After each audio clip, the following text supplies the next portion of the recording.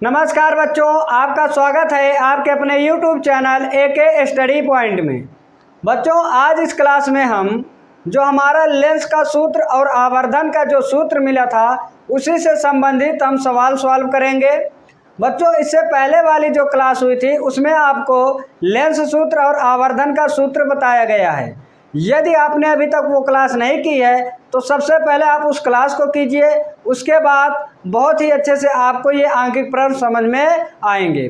बच्चों, आगे बढ़ने से पहले आपसे छोटी सी रिक्वेस्ट है, यदि आपको हमारी वीडियो पसंद आए तो वीडियो को लाइक शेयर और चैनल को सब्सक्राइब जरूर कीजिए। तो आइए बच्चों, देखते हैं कि हमारा क्वेश्चन क्या है।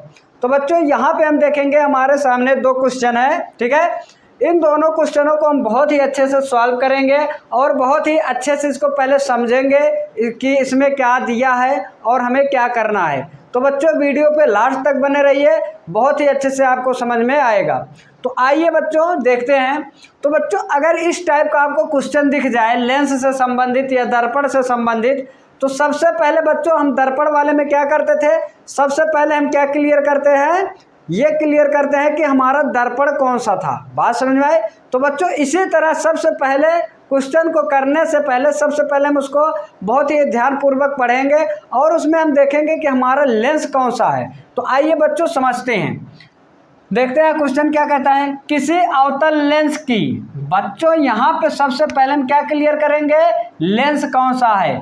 स्टार्टिंग में ही बोल दिया बच्चों, लेंस कौन सा है, अवतल लेंस। अब यहाँ पे यदि ये अवतल लेंस है तो बच्चों आपको चिन्ह परिपाटी नियम बताया गया है कि अवतल लेंस की फोकस दूरी और प्रतिबिंब की दूरी, वस्तु की दूरी कैसी होती है। बच्चों, यदि आपने अभी तक चिन्ह परिपाटी नियम वाली क्लास नहीं की है तो सबसे पहले आप उस क्लास को कर लीजिए, उसके बाद यहाँ पे बहुत ही अच्छे से समझ में आएगा, अन्यथा आप गलती कर जाओगे। तो बच्चों, यहाँ पे हम आइए देखते हैं क्या बोल रहा है बच्चों, किसी अवतल लेंस की फोकस दूरी। तो बच्चों यहाँ से हम हल करना शुरू करते हैं। क्वेश्चन में बोल रहा है बच्चों अवतल लेंस की फोकस दूरी। तो बच्चों यहाँ पे हम लिखेंगे दिया है, ठीक है, दिया है। अब ये बताओ अवतल लेंस की फोकस दूरी, फोकस दूरी को क्या हम एफ से दर्शाते हैं बच्चों, बिल्कुल। अब यहाँ पे लेंस कौन सा है, लेंस हमारा कौन सा है, अवतल है। तो बच्चों यहाँ पे जरा एक चीज बताओ, क्या हम आपको बताए हैं यही हमारा होता है अवतल लेंस। बात समझा, यही होता है। ये इसका ध्रुव, इसका द्वारक हो गया, ये इसका मुख्य अक्ष हो गया। अब यहाँ पे इसकी जो फोकस दूरी होती थी इस साइड होती थी। तो क्या बच्चों, जब इस साइड है तो इधर की दूरी क्या हम ऋणात्मक लेते हैं, बिल्कुल। बात समझ में आई, अवतल लेंस की फोकस दूरी कैसी होती है, ऋणात्मक होती है। बात समझ आए? उसके बाद आगे बढ़ते हैं। बिंब को लेंस से कितनी दूरी पर रखें कि, बच्चों क्या रखेंगे हम, वस्तु रखेंगे। क्या रखेंगे, वस्तु। बच्चों यहाँ पे ध्यान देना, बिंब और प्रतिबिंब दोनों में अंतर है। बिंब जब बोले तो वस्तु कह रहा है और जब प्रतिबिंब बोलेगा आपको पता ही है कि प्रतिबिंब वी होता है। बात समझ में आए?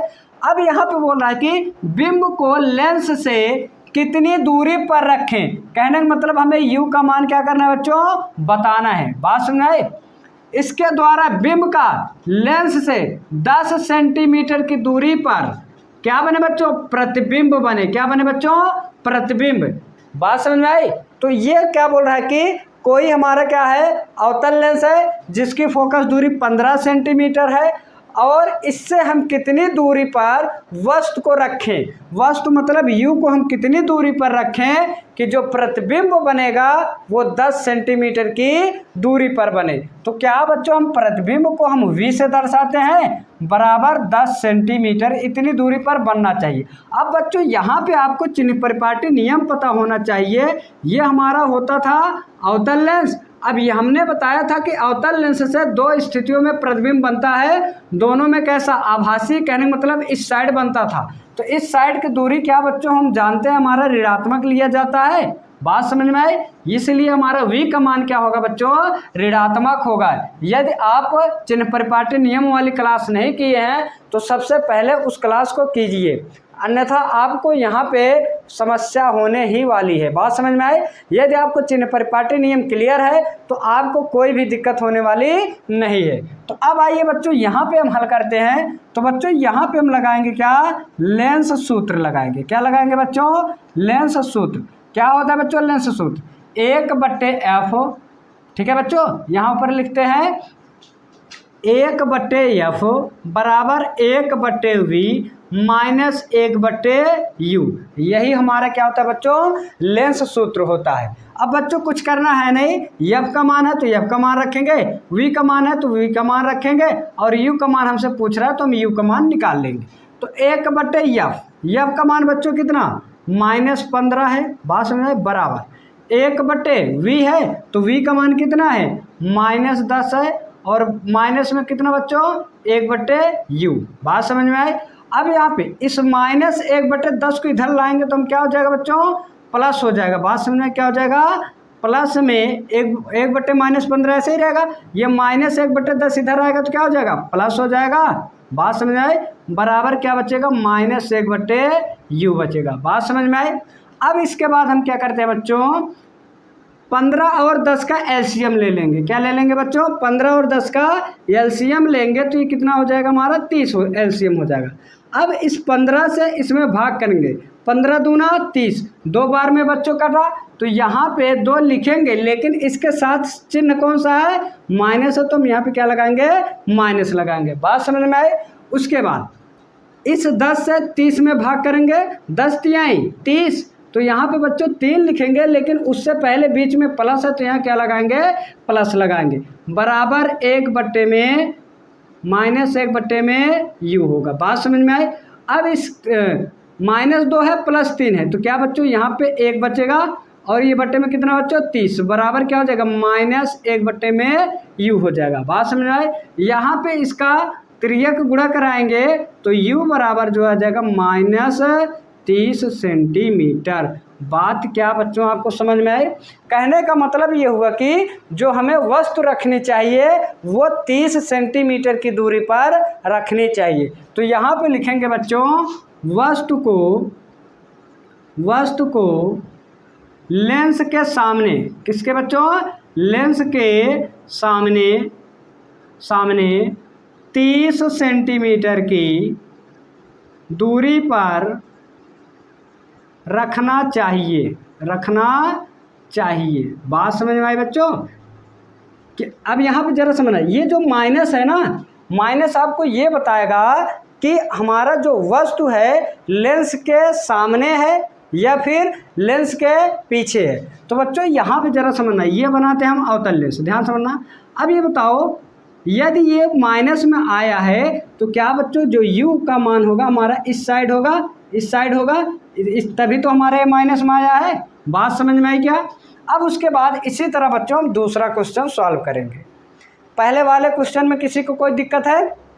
नहीं होनी चाहिए, ठीक है। यदि आपको चिन्ह परिपाटी नियम में थोड़ी कन्फ्यूजन है तो आप चिन्ह परिपाटी नियम वाली क्लास कीजिए, वहाँ से चिन्ह परिपाटी नियम क्लियर कीजिए। उसके बाद आपको लेंस सूत्र पता होना चाहिए। उसके बाद क्या करना, इन सब का मान लेंस सूत्र में रख दो। उसके बाद केवल बेसिक कैलकुलेशन है, उसके बाद आ जाएगा। बात समझ आए? अब आइए देखते हैं दूसरा क्वेश्चन जो हमारा है, तो इसको हम भी सॉल्व करेंगे, ठीक है। अब यहाँ पे सबसे पहले हमें क्या करना है बच्चों? हम ये क्लियर करेंगे, ये पता करेंगे कि हमारा लेंस कौन सा है। बात समझ में आई? अब आइए देखते हैं, पहला पूरा क्वेश्चन अच्छे से पढ़ते हैं। 5 सेंटीमीटर लंबाई की एक वस्तु को 20 सेंटीमीटर फोकस दूरी के एक उत्तल लेंस, कैसा बच्चों? उत्तल लेंस हमने क्या बताया?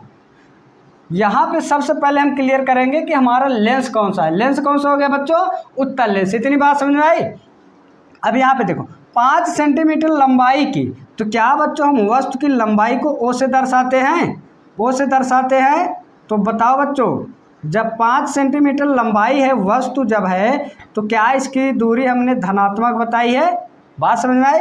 उसके बाद क्या बोल रहा है कि एक वस्तु 20 सेंटीमीटर फोकस दूरी। अब यहाँ पे क्या हम फोकस दूरी को F से दर्शाते हैं, और कितनी है? 20 सेंटीमीटर। अब यहाँ पे इसका मान हम धनात्मक रखें या फिर ऋणात्मक रखें, ये कैसे हमें पता चलेगा बच्चों? यहाँ पे हमें लेंस से पता चल जाएगा।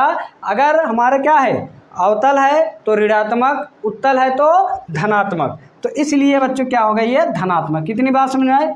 के सामने 30 सेंटीमीटर की दूरी पर वस्तु रखा जाता है बच्चों। क्या रखा जाता है? यहाँ पे बीच में लिख लेना, बीच में लिख लो वस्तु, ठीक है। क्या रखा जाता है?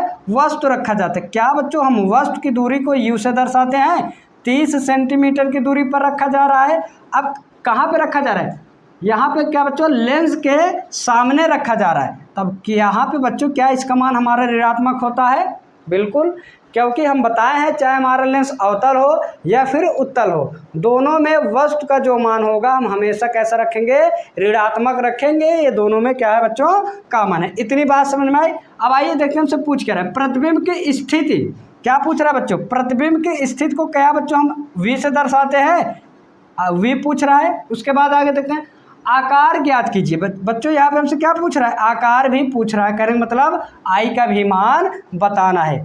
तो बच्चों यहाँ पे अब जरा समझना, अब यहाँ पे बच्चों हम लगाएंगे क्या, लेंस सूत्र। क्या लगाएंगे बच्चों?